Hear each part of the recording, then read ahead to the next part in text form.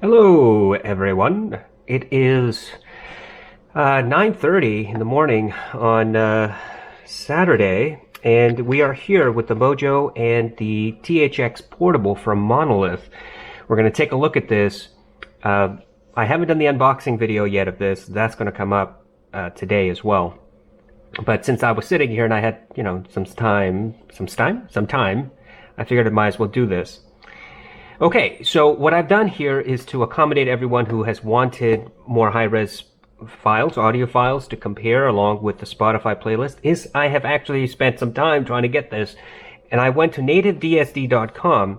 I got this nativedsd.com coupon in a box from when I opened up the iFi iCan Pro, and you can download 2 free albums, but the problem is I tried it and it didn't work. Part of the reason is because nativedsd.com is a terrible website. It never loads fast enough. And anyway, I downloaded a separate track or 3 tracks from an album, and I am using Audirvana on my Mac, and I really like this thing. I am so impressed with Audirvana. I think I'm going to actually pay for this once my trial period is up.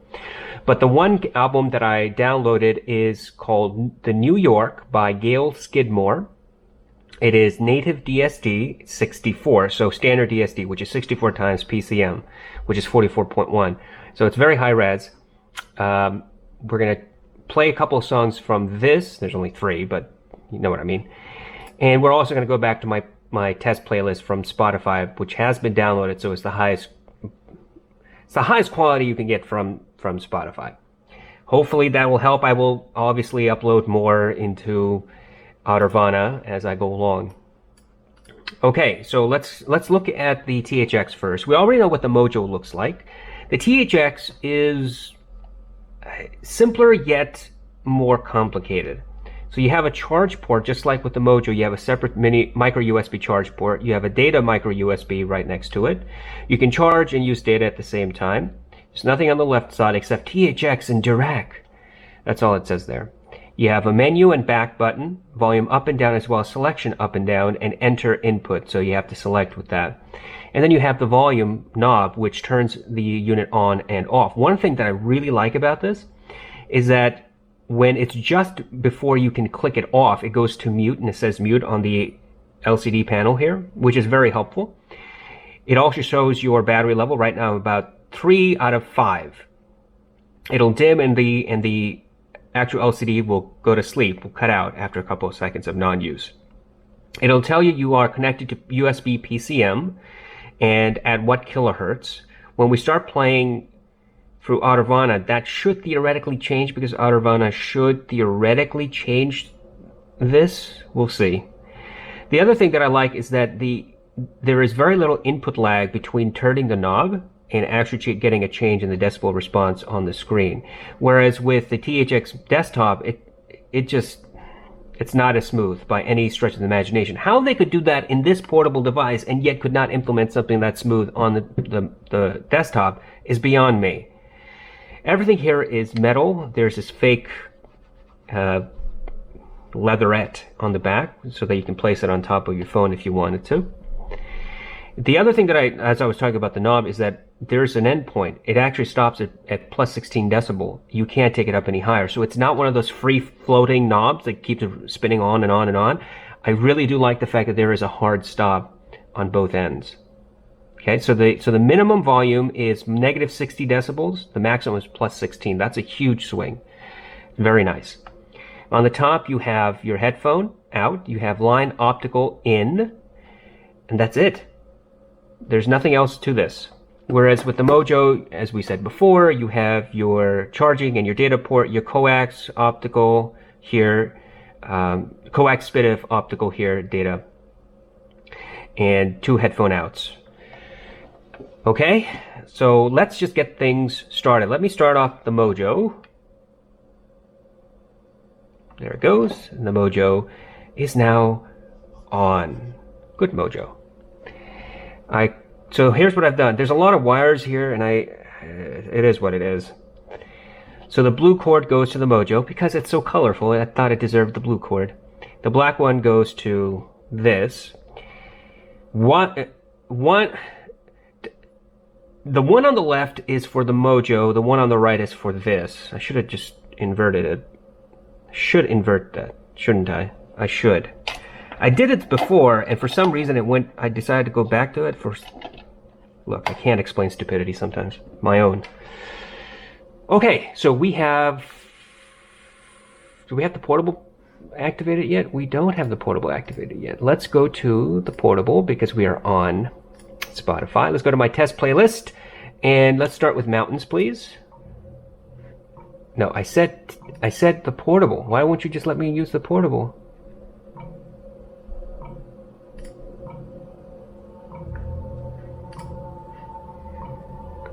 Oh, for crying out loud.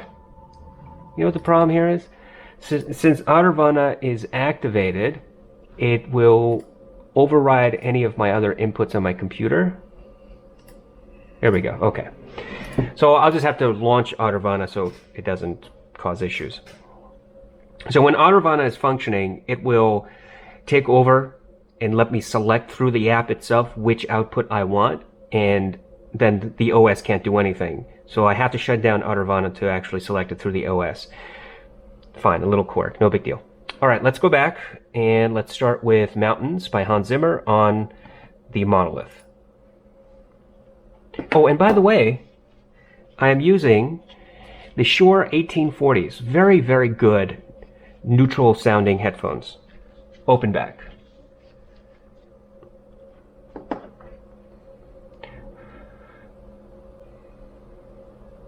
Volume is negative 9.5 decibels. You can hear that low rumble in the background.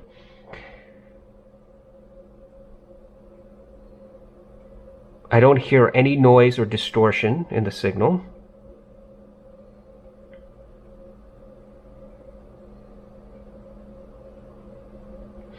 Let's move to halfway to the song where the crescendo joins.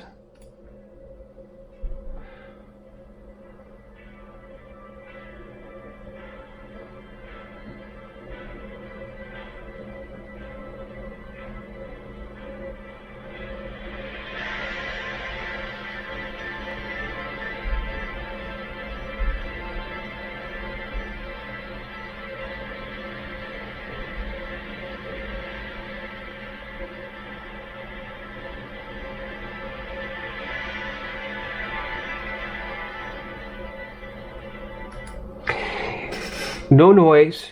It presents the song fairly well in the sense that there's no coloration whatsoever from the portable. These headphones have a very flat response, and so you're not going to get any passionate reconstruction of the music.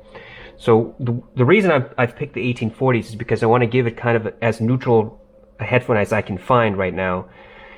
And so we'll compare that to... So there's no coloration, right? So the warm headphone with a warm DAC like the Mojo is not influencing anything.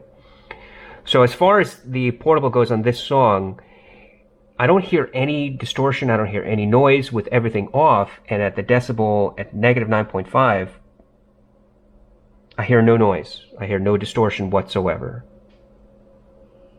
Okay, so let's switch to the Mojo. And let's start this again. And as you know, the Mojo has these orbs that you have to constantly click in order to figure out what the volume is, which makes things very, very difficult. And I don't know what volume I'm at. A double yellow. I'm at double yellow volume. Hooray.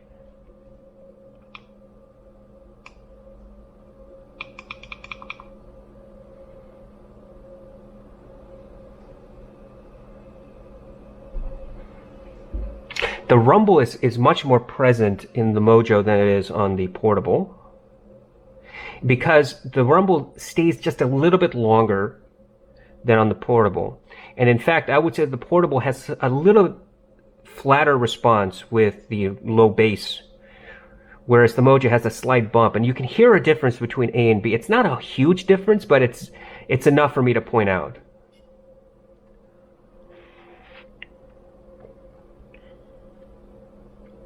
Skip to halfway.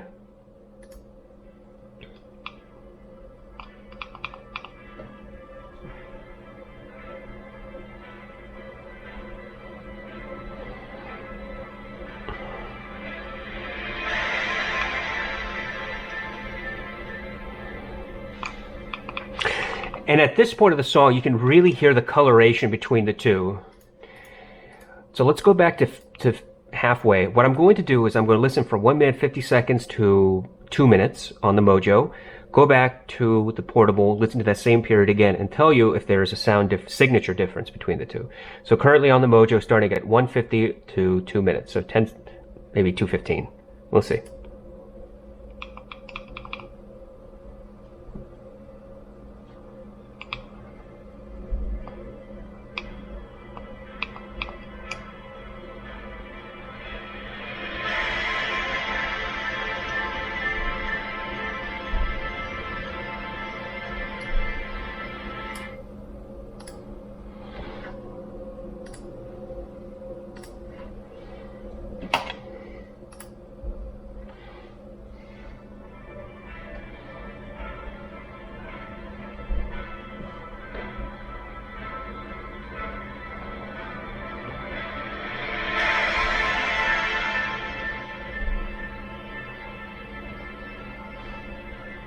Yes, there is definitely a difference in the presentation of the sound.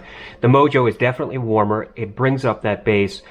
And when it brings up the bass, it loses some of the detail when compared to the portable. The portable has a much flatter bass response. It's not really coloring the sound as the Mojo is. And when the crescendo comes in about 2 minutes, yeah, just about 2 minutes, you hear the rumble from the organ. It's simply not as pronounced as the Mojo. And when all the other instruments come in, you can hear better separation on the portable amongst all the instruments with the organ than you can on the Mojo. On the Mojo, it just kind of blends everything in, which has been consistent with the Mojo. I've said that since the beginning when I first tested the Mojo, and it remains true today. The Mojo simply blends those other frequencies, those other details together. It provides a nice, warm, soothing sound signature. It's just not, it's nowhere close to the THX sound signature, which is uncolored and clear separation. So that's big difference right there. As far as volume differences, I've had this at double purple, which was very loud, and I had this at about not -9 or -8 on the portable. That was pretty much the same as far as I could tell. Once again, when you're dealing with actual numbers and Skittles colors, it's hard, really hard to fine-tune that. So let's bring this volume down a little bit, because the next song is going to get loud, which is I Want You Back by Haim. And we have the portable. Let's go to the portable first.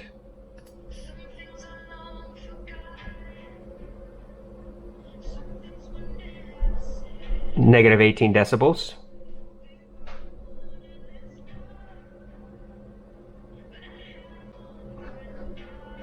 So I want to talk about one thing real quick. This is in conjunction with the 1840s.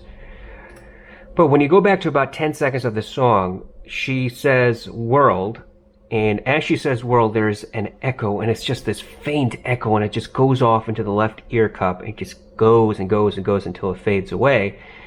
Let's listen to that again.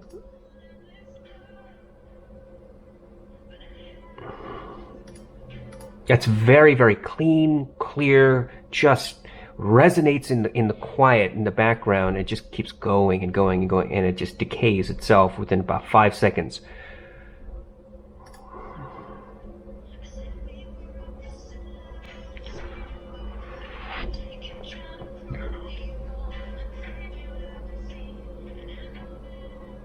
So at this portion, about 25 seconds forward, the backup vocalists come in. They have clear definition between them. They're not on key together. They're not perfectly timed together.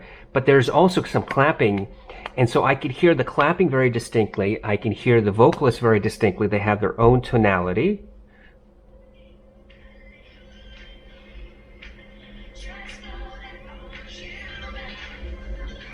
And about 52 seconds, the drum comes in. The drum sounds fairly flat. The drum does not overwhelm the artist, the vocalist at all. And about 58 seconds, all three vocalists have joined in together and are singing together. And at this point, it becomes a little hard to hear everybody's distinct voice, but you can hear that there are three of them.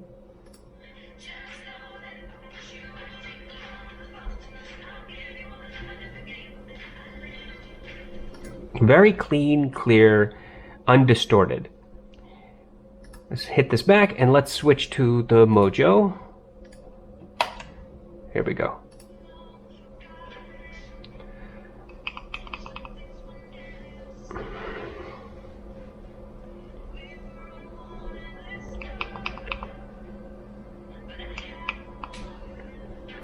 So when she says world at 10 seconds, you hear that echo, but the echo is a warmer echo. It doesn't, so it's emphasized a little bit. It doesn't sound as faint as it does on the portable. On the portable, you hear her echo and it just goes off and it trails off. Whereas with the Mojo, it's still prevalent. It's almost like it's right next to your ear, and it just, somebody in the mastering booth is just then, over the course of the next 5 seconds, is slowly turning down the volume.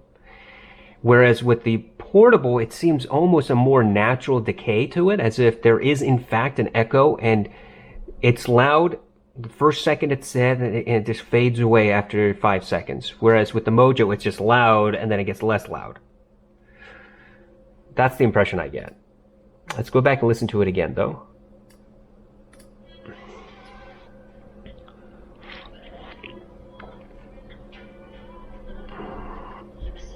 Yeah, that's true.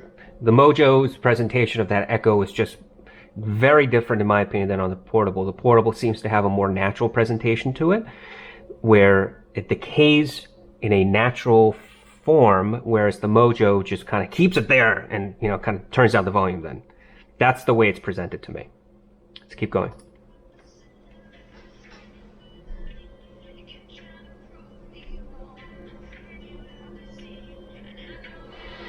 It's clear separation of all the vocalists. There's no doubt about that.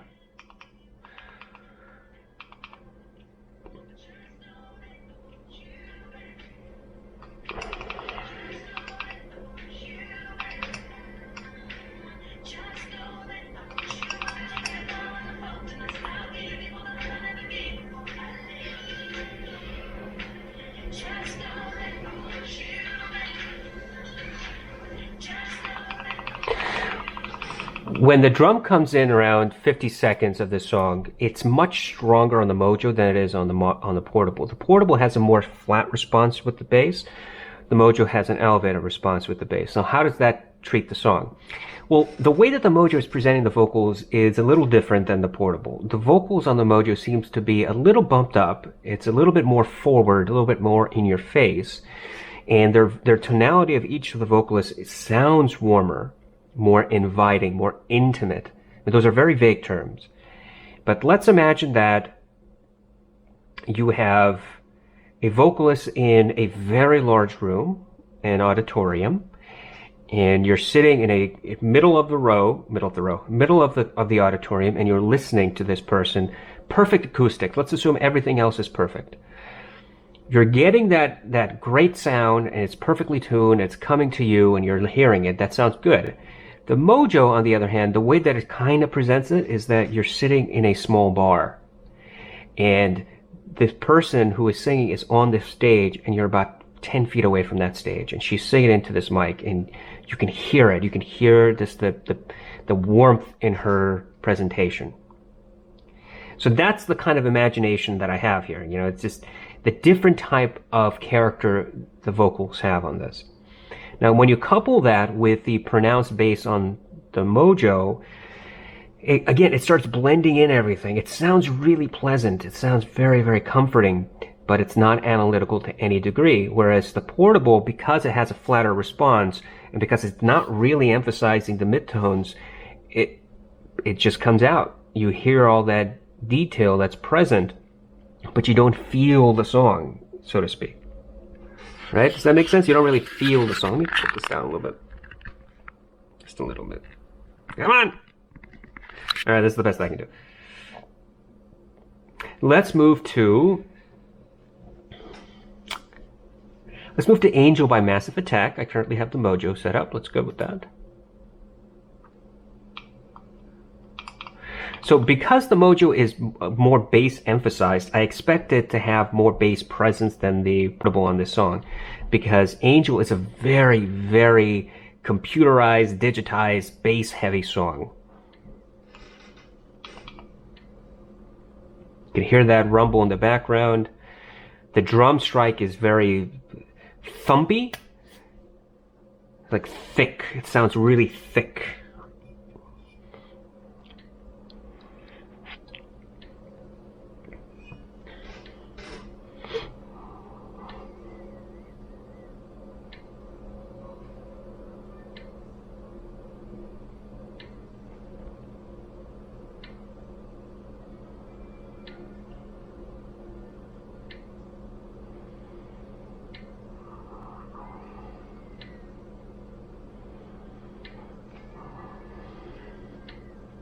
Okay, now let's switch to the portable.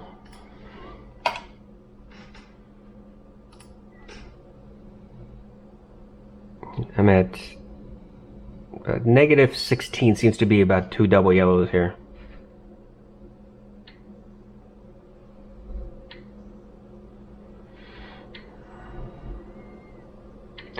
The presentation seems to be a little bit cleaner. I mean, clearer, not cleaner, but a little clearer. The bass doesn't sound as thick on the portable as on the Mojo.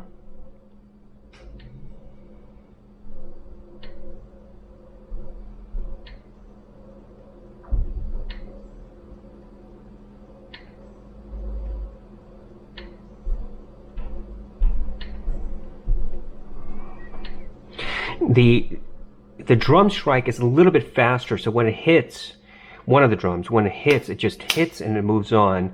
Whereas on the Mojo, the decay is just a little bit slower. So that reverberation sticks a little bit longer.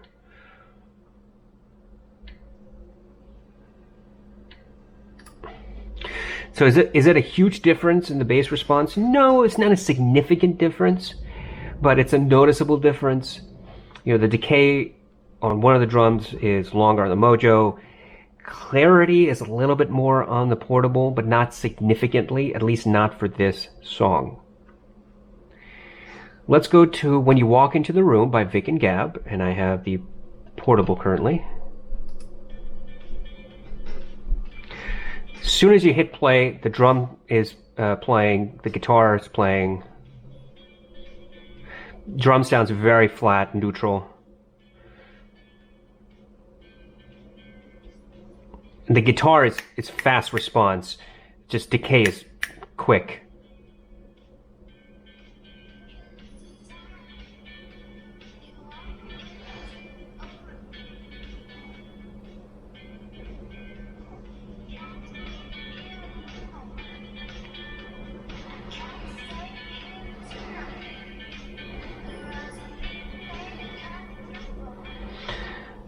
Okay, so here's something interesting. Let's go back to about 39 seconds. The primary vocalist says through, the word through, and she rolls her R. I hadn't heard it before. Through. Not that emphasized, but it's, let me find it real quick. Yeah, right there. About 41 seconds to the song.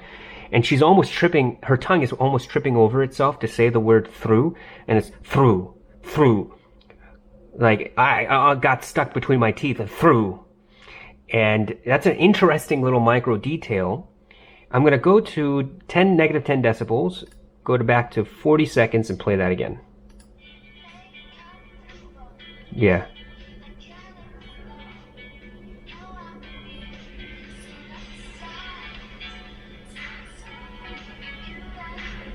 Everything sounds very clear, clean, no distortion whatsoever. Let's switch to the Mojo. There we go.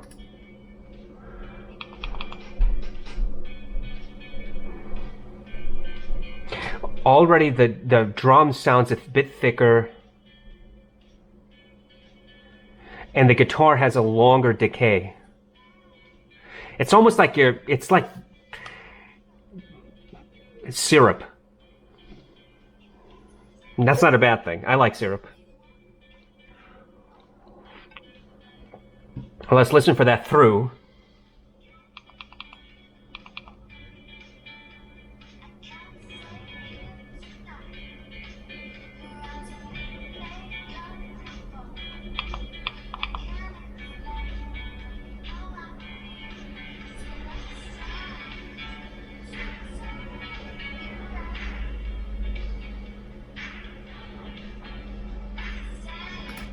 Yeah, the vocalist is just so pleasant on the Mojo. It just comes out, you know, there's a slight bass emphasis, and then there's a slight emphasis, very small but slight emphasis on the mid-tone, and it just gels. It's so intimate and syrupy, and it's a very nice tonality.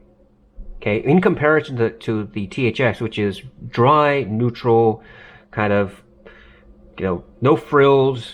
I'm not going to make this sound great for you. I'm just going to give you whatever is there. The cleanest possible, no coloration whatsoever. As far as that micro detail about through, I heard it on the Mojo as well. There was no difficulty hearing it, but I think that it was cleaner and faster on the portable. Let's go back and take a look at it real quick and compare just that portion back and forth. Go back to 40 seconds. I have the Mojo. I'm going to listen to it and switch to the portable and then tell you my impression.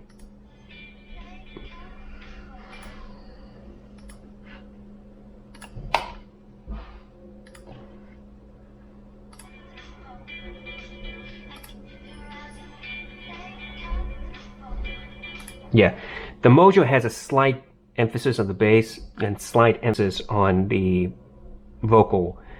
And so, just a slight tonality difference. It sounds just a little bit thicker, a little bit more intimate, whereas the portable is faster. She says it, and it decays quick, and you move on into the next word and the next tone that comes from the instruments. It's not a huge difference at all. It's good to know that they both present that micro detail. Of course, that will vary depending on your headphone. If you have a really, really bad headphone, you may never hear that micro detail, no matter which of these two you have in your pocket. Let's go to Flight from the City by Jóhann Jóhannsson. And here's what I'm going to do. For this song, we're going to play it on the portable, play it on the Mojo. Then I'm going to go back and turn on Dirac Sensurround and then play it on with that. So currently, the portable with no Sensurround, just normal settings. Here we go.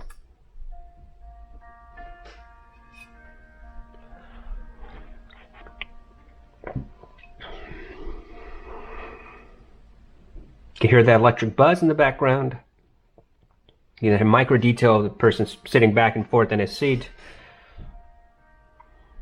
The decay in the piano sounds fairly natural to me. No coloration, no real emphasis on anything. And when the pianist hits down on the keyboard, there's not a huge thump. It's just, you know, a very natural thump. It's audible, but it's not emphasized.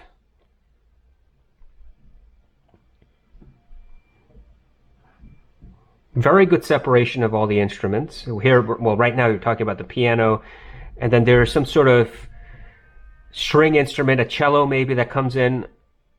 You can hear the different tonalities of each. You have the buzz in the background that's really buried deep in the detail layer.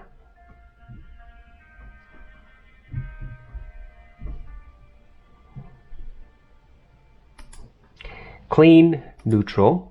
Let's switch to the Mojo.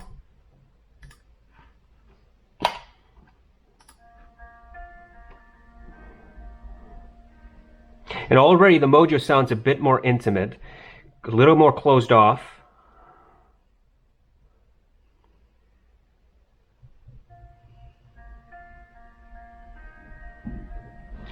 The decay on the piano strikes is noticeably longer. It's not a huge difference, but it's noticeable doing A and B.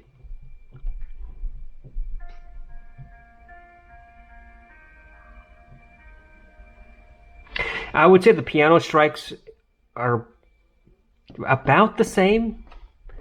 Not a huge difference between the two. It's For me, the bigger difference is the longer decay of the piano strike on the Mojo versus the portable, and a little bit more closed off sensation on the Mojo.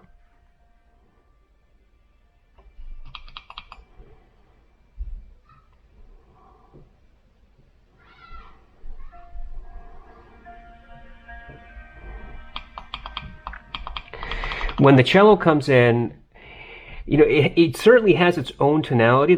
It's not crushing. It's not foggy.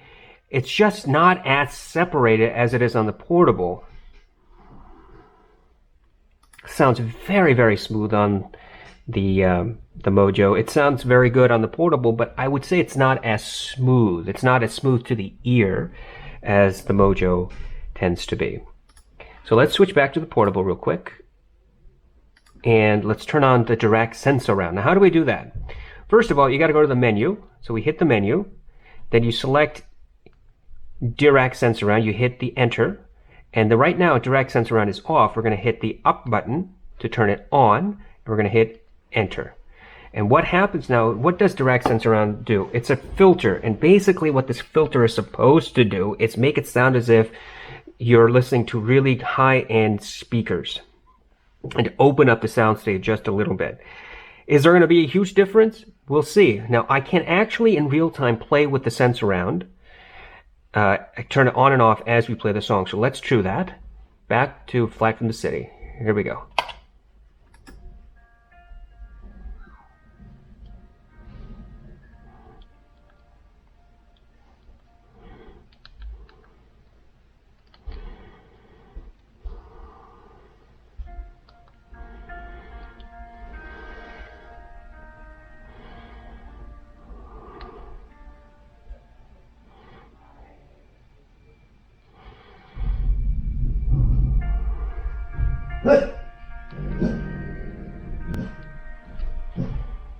There is a difference.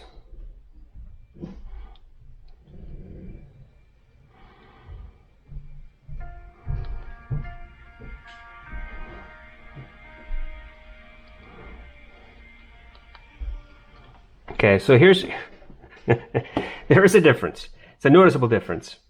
Whether you like it or not is going to be a personal preference. So basically how it presents itself to me is that when the Sensurround is activated, it kind of smears the waveform. It stretches it out a little bit, and it loses, the piano loses some of that passion behind it. The notes become flatter, and the presence of the piano doesn't become, well, the presence of the piano becomes less. That kind of make sense? With the Sensurround off, the piano sounds a little bit more in your face, a little bit more detailed. With the Sensurround on, it sounds less detailed. It sounds as if the piano is now stepped back. That frequency has been pulled back. It sounds wider for sure, but I don't think you're really gaining anything from that width, because with that width, you're losing the detail and you're losing the real meat of that piano frequency. So does Sensurround work? Yeah, it works, but at least for this song, it doesn't really do much. It doesn't do anything beneficial, in my opinion. Let's go to New Light by Kazuki, and then we're going to switch after that. We're going to switch to Audirvana, and we're going to play some DSD files. Let's go to New Light by Kazuki. Now, New Light has just a lot of layers upon layers upon layers of details and micro details. There's a guitar, there's a synth, something or another. You can hear the breeze, you can hear the grass rustling in the breeze, you can hear footsteps, you can hear all the way in the back children playing. That's all layered, and it's very nice when you have a good pairing of an amp deck and a good pair of headphones. Let's see how these two compare. I'm going to go to the Mojo first. Here we go.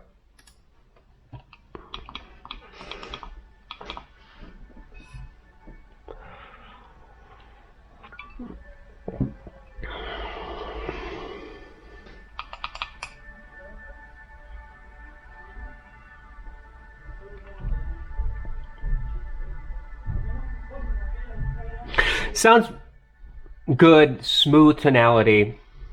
I can hear the wind rustling. The piano is there. A little, the piano, when it strikes, it kind of drowns out the other frequencies for the moment that it's reverberating.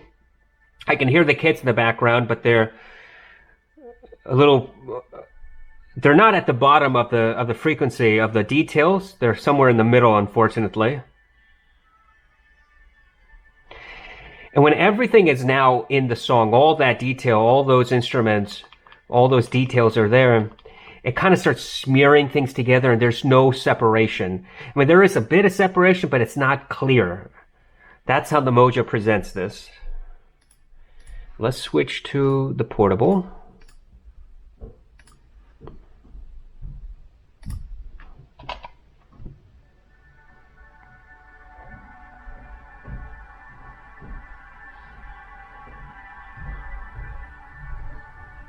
It's a wider soundstage. The kids come out a little bit cleaner, playing in the background. I hear the wind. I hear the footsteps. It's faint, but it's there. I hear the wind rustling through the grass. And when the piano hits, it's not distorting any of the other frequencies. Everything is separated fairly well.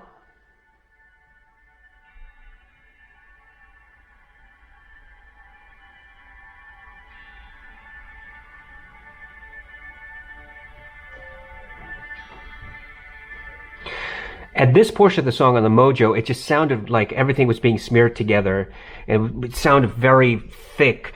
Whereas with the portable, everything seems separated. There's no interference amongst each individual frequency.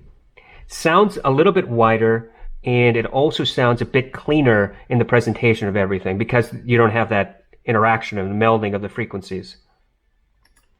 So let's play this again with Sensurround on and off. We're going to do the same thing as we did with Flight from the City. So let's start playing. I'm at negative 16 decibels. Let's go to the menu. Let's go to Dirac.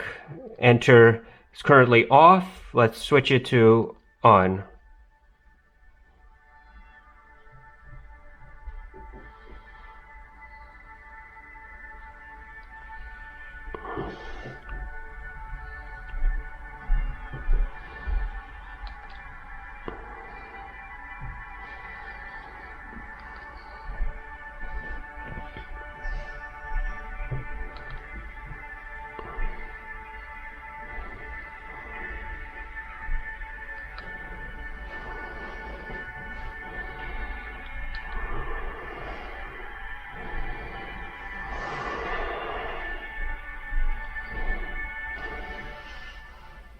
Okay, so as with Flight from the City, the Sensurround does something. It just may not be to your liking. Let me explain this. What is the best way to explain this? Okay, let us say this is your head, right? This thing here is, you see it? This is your head. And with the Sensurround off, the music seems to be like right here, around your ear, okay? With the Sensurround on, the music seems to be just a little bit further back and a little bit further to the sides. Just a hair's breadth. It's not a whole lot more. So off, on, off, on. Okay, just a slight movement, just a little tiny bit more. But when it does that, it seems to drag out the waveform with it, and it stretches that out. So the piano just flattens out and loses the emphasis behind the piano. I'm not really picking up any more details because of the Sensurround. Now, in my opinion, I don't think that Sensurround filter is all that helpful. I particularly don't like it. I don't think it does anything helpful to the song. Now, it could be very song and file specific. That's possible. So speaking of file specific, let's go to Audirvana. Let me close Spotify. Hey, look, my summary of the red versus cobalt is done. We'll check that out later. Okay, so here's Audirvana, and we can select the output. Currently we have the Monolith, that's what we want. And let's start playing New York by Gail Skidmore. That's the name of the track.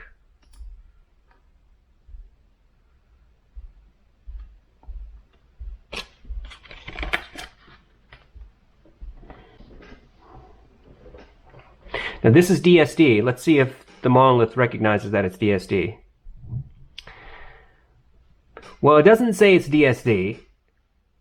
What it's doing is saying that it's USB PCM, no kilohertz whatsoever, so it can't recognize it for whatever reason that it's DSD. But you can see in Audirvana that it's 24-bit 352.8 kilohertz stereo.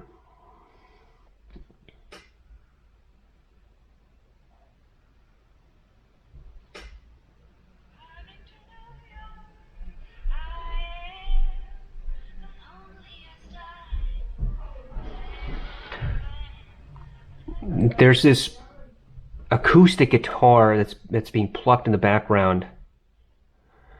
Very fast, very clean.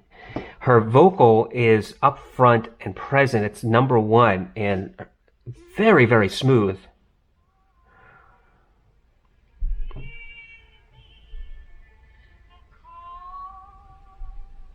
So her vocal is supported by the acoustic guitar, and I think a violin all the way in the background on the left ear cup.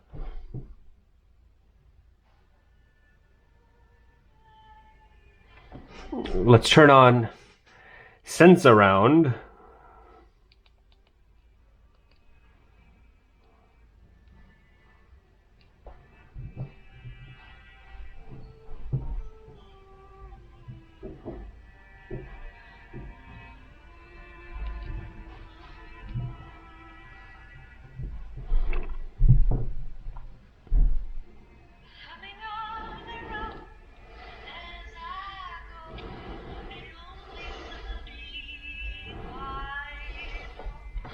With the Sensurround on, what it does is it de-emphasizes all the frequencies, and her voice becomes less prominent, but so do all the other instruments that become less prominent by a marginal degree, not a whole lot, but enough to notice. The width really isn't there on this song. I prefer her vocals and with the Sensurround off because it just comes out more naturally and it sounds more neutral to me than it does with the Sensurround on.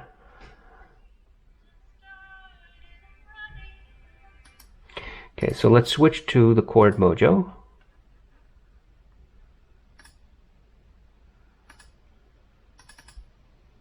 Why won't you let me select the Chord Mojo?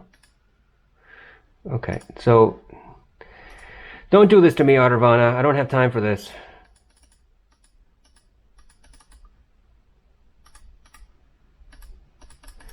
Oh, good. You're not. Please stop playback to change audio setting. Playback is stopped. I stopped it. Now let me change the Mojo. So do I get out of here? Now can I change it?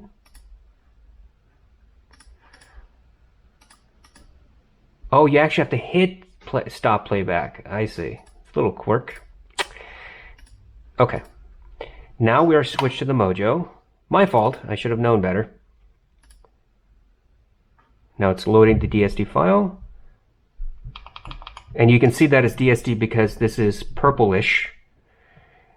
And that's how the Mojo knows this is actually a DSD file, right? So let's take a look real quick.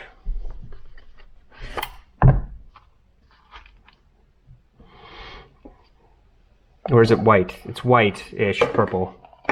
It's hard to tell sometimes.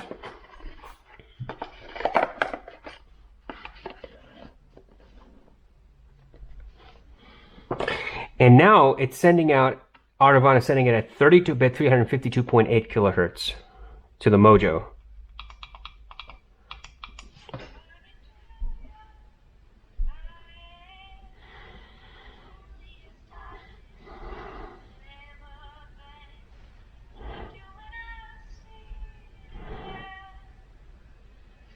her voice just sounds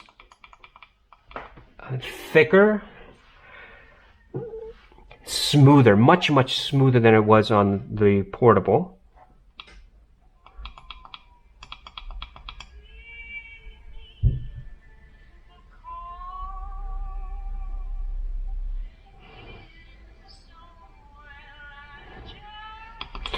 The violin is not as well separated from the guitar plucking on the Mojo as it was on the portable. The portable is easier to find those separate frequencies. On the Mojo, it's basically blending together.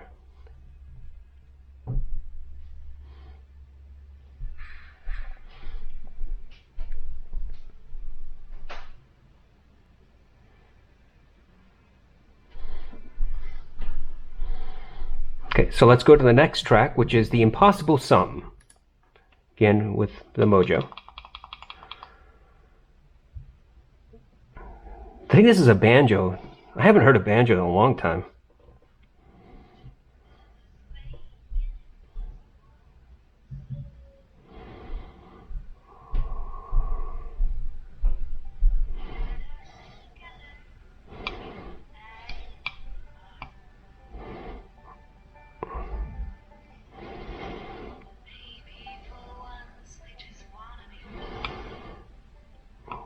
Yeah, her vocal is up front.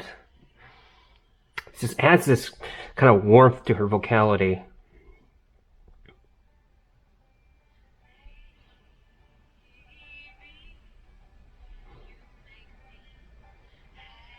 So all I can hear right now is her vocal and the banjo.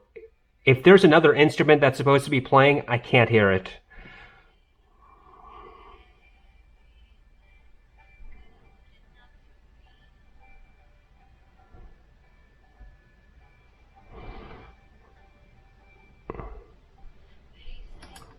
Okay, let's switch to the portable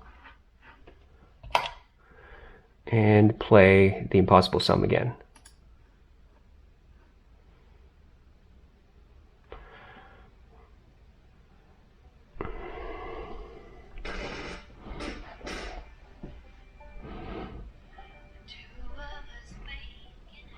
The plucking on the banjo is more detailed on the portable than it is on the Mojo. You can hear the skipping of the strings as he misses one or two chords. And as he drags his thumb or his fingertips across the string, as he picks at it, there's that little detail that comes out very clearly.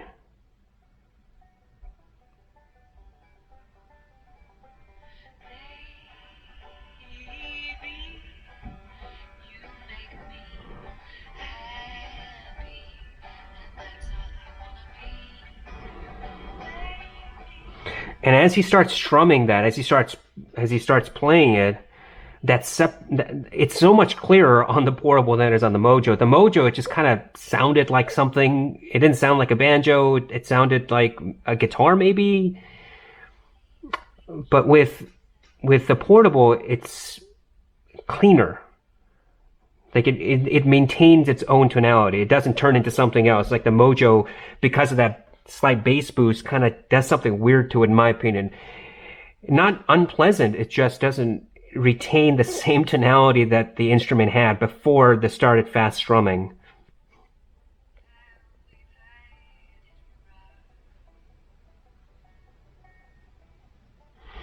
And by the way, switching back to the portable, Audirvana switched to 24-bit 352.8 kilohertz. So it was 32-bit on the Mojo, it's 24-bit on the portable. There's not as much emphasis on the vocal with the portable as it was on the Mojo. The Mojo just presents the vocal more smoothly, number one, and number two, with a bit more emphasis. The portable has a much flatter response, so you're not getting emphasis on anything.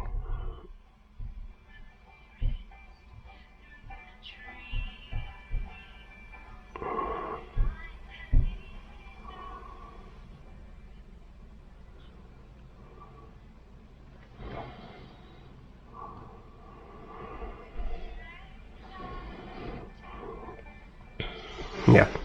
Okay. So there we go. I know this wasn't a whole lot of DSD files. I get it. I know. I understand. It's going to take a while to download DSD files because they're not easily available, number one, and they cost some money.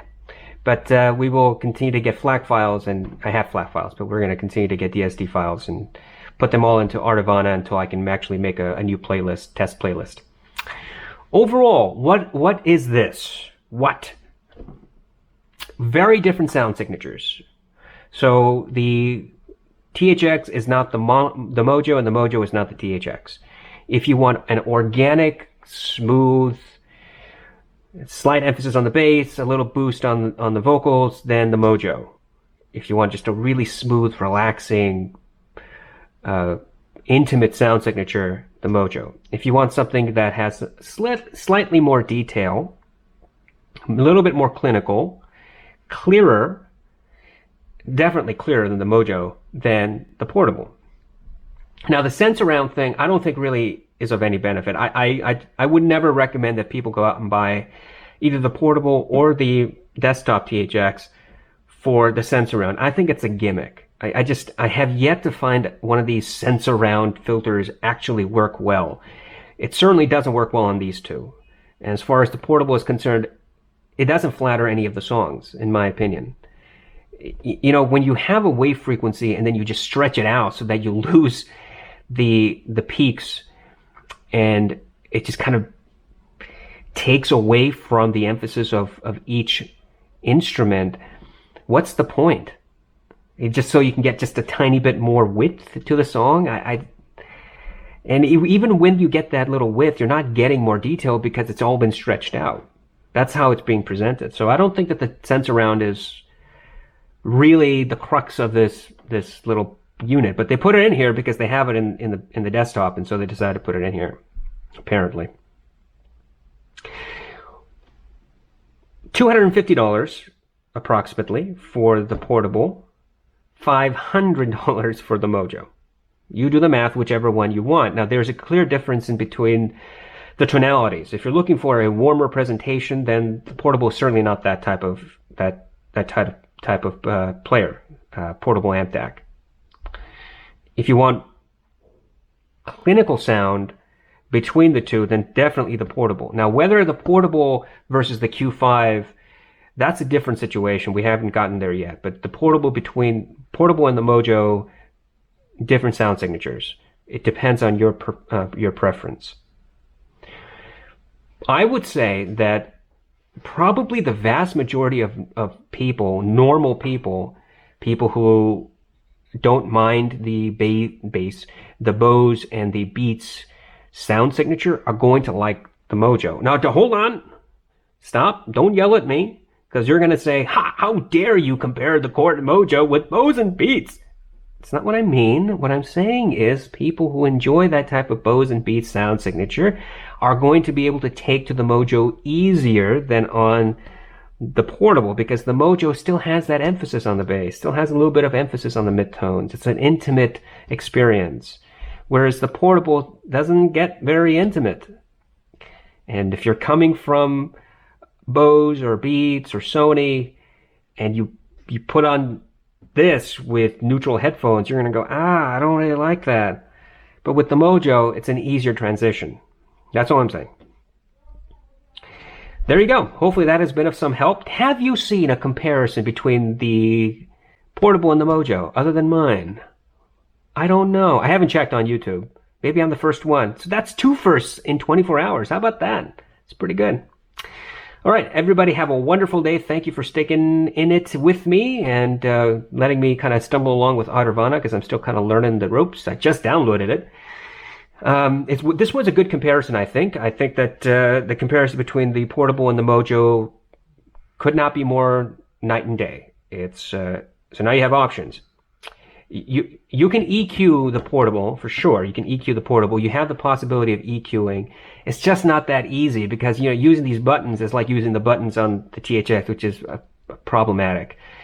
But if you can master the EQ, you can probably work around some of the flat frequency response and bump up the bass just a teeny bit.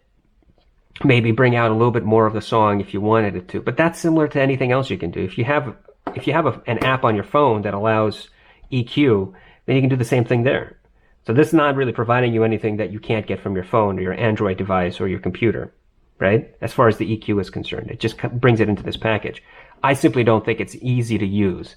It's not that intuitive, and it takes a long time to press the buttons. It kind of, yeah. It's not as easy as just pulling up the UI on your phone or your computer and just EQing. It's much more natural and immediate response. But you have that possibility if you really want to mess around with that on this. Overall, portable is good for more clinical sound signature. Mojo is still very, very good for that smooth, thick, luscious sound that Mojo is known for. Whether it's worth $500, we'll see. Have a wonderful Saturday. Take care of yourselves. We may or may not upload another video. Me. I don't know. We'll see. Have a wonderful day. Enjoy your weekend. I hope you relax. Take some time off. It's going to be nice and warm, and enjoy your weekend off. Take care.